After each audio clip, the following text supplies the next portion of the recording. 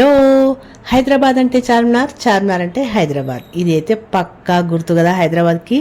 లక్ష్యం లేని జీవితం, గమ్యం లేని ప్రయాణం లాంటిది. మనం ఎక్కడికి వెళ్తున్నామో, ఎప్పుడు చేరుతామో తెలియనటువంటి ప్రయాణం వల్ల లాభం ఏంటి చెప్పండి? స్టూడెంట్సే కావచ్చు, యువత కావచ్చు, ఉద్యోగస్తులే కావచ్చు, ఎవరైనా సరే ముందుగా ఒక లక్ష్యాన్ని నిర్ధారించుకోవాలి. మంచి ఆశయం మన ఆలోచనలకు సరైనటువంటి దిశను చూపిస్తుంది. అది సాధించాలన్న ప్రేరణని కూడా ఇస్తుంది, సామర్థ్యాలను పెంచుకోమని ప్రోత్సహిస్తుంది. లక్ష్యానికి దానికి సాధనకి మధ్యలో ఉండేటువంటి వంతనే క్రమశిక్షణ. లక్ష్యాన్ని నిర్దేశించుకొని కృషి మొదలుపెట్టిన వాళ్ళకి క్రమశిక్షణ కూడా అలవడుతుంది. అంతిమంగా లక్ష్యాన్ని సాధించి విజేతలుగా కూడా నిలుస్తారు. ఒక వీడియో చూపించుకుంటా ఇంకేదో మాట్లాడుతుందని మాత్రం అనుకోవద్దు. మొన్న మా రిలేటివ్స్ తోటి చార్మినార్ పోయినట్టు, ఇదే చార్మినార్, ఇది ఇక్కడ ఉంది అని చెప్పి ఇలా చెప్పిందే చెప్తే ఏం బాగుంటుంది అని చెప్పేసి కొన్ని మంచి మాటలు మాట్లాడుకుందామని చెప్పేసి ఈ వీడియో చూపించుకుంటా కొన్ని మంచి మాటలు అలా నేను మాట్లాడడం జరిగిందండి. దాన్ని బోర్గా మాత్రం ఫీల్ కాకండి.